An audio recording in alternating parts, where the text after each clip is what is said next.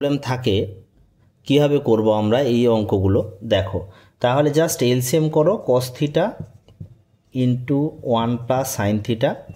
এবার দেখো এইটা মাল্টিপ্লাই হলে 1 প্লাস সাইন থিটার হোল স্কোয়ার হয়ে যাবে, আর এটা হয়ে যাবে কস স্কোয়ার থিটা।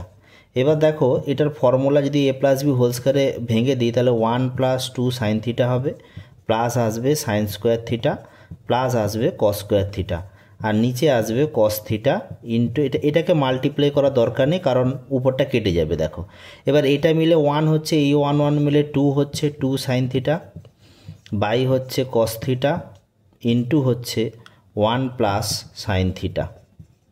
এবার দেখো উপরে 2 কমন নিলে 1 প্লাস সাইন থিটা হয়ে গেল, আর এখানে cos theta into 1 plus sine theta, তার মানে সাইন থিটা কেটে গেল। এবার 2 বাই কস থিটা মানে কি, কস মানে তো 1 বাই কস মানে সেক, 2 সেক থিটা হয়ে যাবে এর অ্যান্সার।